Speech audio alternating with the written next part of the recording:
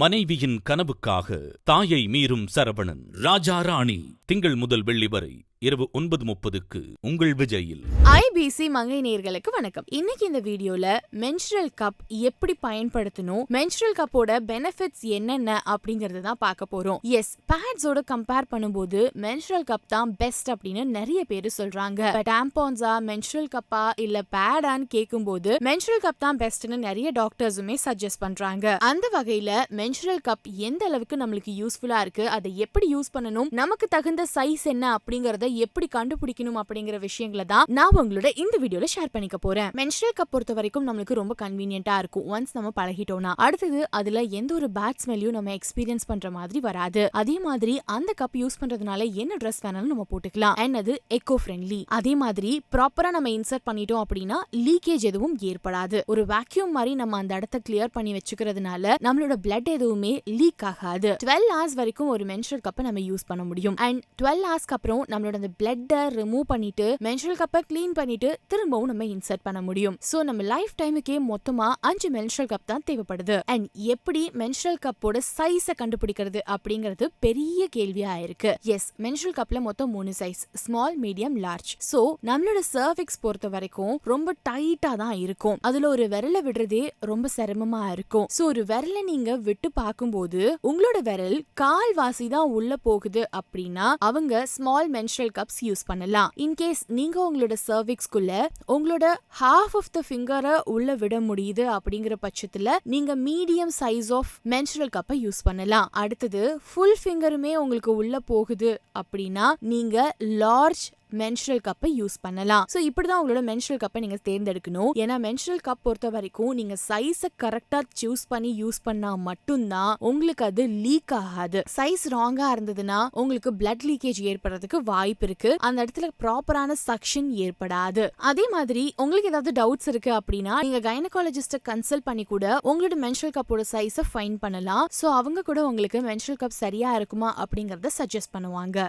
So இப்போ menstrual கப்பை எப்படி பயன்படுத்தணும் அப்படின்னு பார்க்கலாம். மென்ஸ்ட்ரல் கப் பொறுத்த வரைக்கும் நம்ம அதை ரொம்பவே பெர்ஃபெக்ட்டா ஹேண்டில் பண்ணணும். ஏன்னா நம்மளோட சர்விக்ஸ்குள்ள நம்ம ஒரு விஷயத்தை இன்சர்ட் பண்ண போறோம். சோ அது ரொம்பவே கிளீனா இருக்கணும். இல்லனா அங்க ஏதாவது இரிட்டேஷன் ஏற்படுறதுக்கு வாய்ப்பு இருக்கு. ஃபர்ஸ்ட் உங்களோட ஹேண்ட்ஸை வாஷ் பண்ணணும். எப்ப நீங்க மென்ஸ்ட்ரல் கப்பை டச் பண்ணாலும் நீங்க உங்களோட ஹேண்ட்ஸை வாஷ் பண்ணணும். சோ ஹேண்ட்ஸை வாஷ் பண்ணதுக்கு அப்புறமா உங்களோட மென்ஸ்ட்ரல் கப்பை எப்படி ஸ்டெர்லைஸ் பண்றது அப்படிங்கறத சொல்றேன். ஸ்டெர்லைசர் இருக்கு மார்க்கெட்லயே. சோ நீங்க அதை வாங்கி சார்ஜ் மாதிரி எப்பவும் போல சார்ஜர்ல போட்டுட்டு நீங்க அந்த ஸ்டெர்லைசர்ல வாட்டரை ஊத்தி அதுல உங்களோட மென்ஸ்ட்ரல் கப்பை வச்சா அதுவே ஸ்டெர்லைஸ் பண்ணி கொடுக்கும். அப்படி இல்லாத பட்சத்துல உங்க வீட்ல ஏதாவது பேன் இருக்கு அப்படின்னா அந்த பேன்ல கொஞ்சமா தண்ணி ஊத்தி அதை நல்லா பாயில் பண்ணிட்டு ஒரு 3 minutesக்கு அந்த மென்ஸ்ட்ரல் கப்பை அதுக்குள்ள போட்டு எடுத்தீங்க அப்படின்னா அது உங்களுக்கு கிளீன் பண்ணி கொடுக்கும். ஹாட் வாட்டர்ல வாஷ் பண்ணி முடிச்சதுக்கு அப்புறமா அதை நார்மல் வாட்டர்ல ஒரு வாஷ் பண்ணிருங்க. பண்ணிட்டு அதை ஒரு டிஷ்யூ வச்சு நல்லா வைப் பண்ணிக்கோங்க. அப்புறம் இப்பதான் நீங்க அதை உங்க சர்விக்ஸ்குள்ள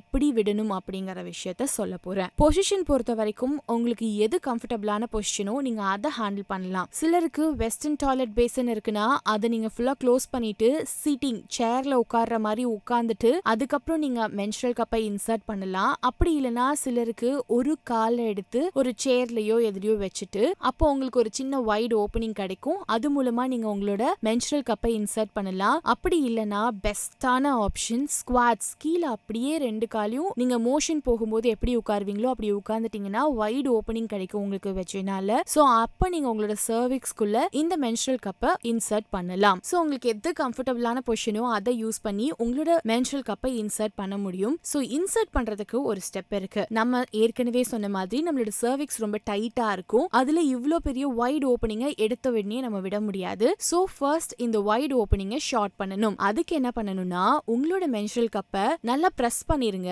அதோட 2 ஓப்பனிங்கும் ஒட்டிருமா, அதுக்கப்புறம் அதை 2ஆ மடக்கணும். 2ஆ மடக்கும் போது அதோட சைஸை வந்து நீங்க ரெடியூஸ் பண்றீங்க. சோ 2ஆ மடக்கிட்டு அதை உங்களோட சர்விக்ஸ்குள்ள இன்சர்ட் பண்ணணும். உள்ள போனதுக்கு அப்புறமா கையை எடுத்துட்டீங்கன்னா மென்ஸ்ட்ரல் கப் ஓபன் ஆயிரும். அங்க ஒரு சக்ஷன் ஏற்பட்டு வேக்யூம் மாதிரி டைட்டா புடிச்சுக்கும். சோ இப்போ உங்களுக்கு அது கரெக்டான பொசிஷன்ல இருக்கா அப்படின்னு பாத்துக்கிறதுக்கு தான் கீழே ஒரு சின்ன லென்த்துக்கு ஒரு எக்ஸ்ட்ரா ஒரு இது மாதிரி கொடுத்திருப்பாங்க இல்லையா, அதை யூஸ் பண்ணி கரெக்டான பொசிஷன்ல நீங்க பிளேஸ் பண்ணிக்கலாம். சோ இப்போ அதை ட்விஸ்ட் பண்ணி நீங்க சரியா லாக் பண்ணிட்டீங்க அப்படின்னா உங்களோட பிளட் எதுவுமே லீக் ஆகாது. சரியான சைஸ் அப்படிங்கிற பட்சத்துல உங்களுக்கு இது ரொம்ப சேஃபஸ்ட் வே உங்களோட பீரியட்ஸ்ல நீங்க பீஸ்ஃபுல்லா இருக்கிறதுக்கு. அடுத்தது இதை எப்படி ரிமூவ் பண்ணணும் அப்படிங்கறத பார்க்கலாம். சோ ரிமூவ் பண்ணும்போது நம்ம கீழே எக்ஸ்ட்ராவா ஒரு பாயிண்ட் தெரிஞ்சதுல அதை வச்சு டப்புன்னு இழுக்க கூடாது. அதுதான் ரொம்ப முக்கியமான விஷயம். சோ முதல்ல நீங்க மென்ஸ்ட்ரல் கப் உள்ள இருக்கும் போதே உங்க கையை லைட்டா உள்ள விட்டு அதோட மிடில் பார்ட்ல ஒரு பிரஸ் பண்ணுங்க. பிரஸ் பண்ணும்போது அந்த சக்ஷன் இருக்கு இல்லையா, அது கொஞ்சம் லூஸ் ஆகும். அந்த மென்ஸ்ட்ரல் கப்குள்ள இருக்கிற அந்த ஏர் எல்லாம் வெளியே போயிடும். சோ தட் நீங்க அதை வெளியில எடுக்கும்போது உங்களுக்கு எந்த வகையான பெயினோ இல்ல எந்த வகையான ஒரு இரிட்டேஷனோ இருக்காது. ஈஸியா நீங்க அதை வெளியில எடுத்துட்டு நீங்க அந்த கப்ல இருக்கிற பிளட்டை டாய்லெட்ல ஃப்ளஷ் பண்ணிட்டு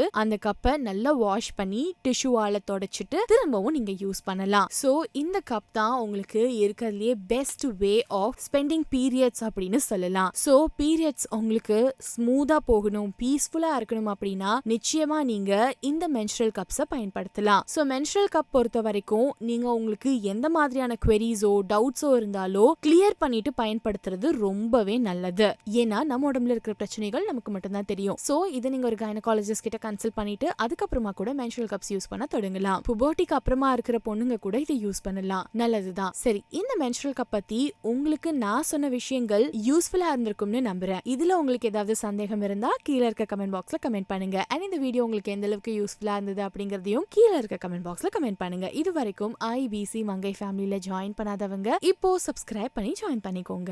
எல்லாருமே கேட்பாங்க, என்னங்க அதுல பார்க்கும்போது இப்படி இருக்கீங்க, ரேர்ல இத்தனூண்டு இருக்கீங்க. ஹார்மோனல் இம்பேலன்ஸ் ஆச்சு, தைராய்டு வந்துச்சு. அதெல்லாம் ஏன்னா தூக்கம் இல்லை, ஸ்ட்ரெஸ் இதெல்லாம் வந்து ஆட் ஆன்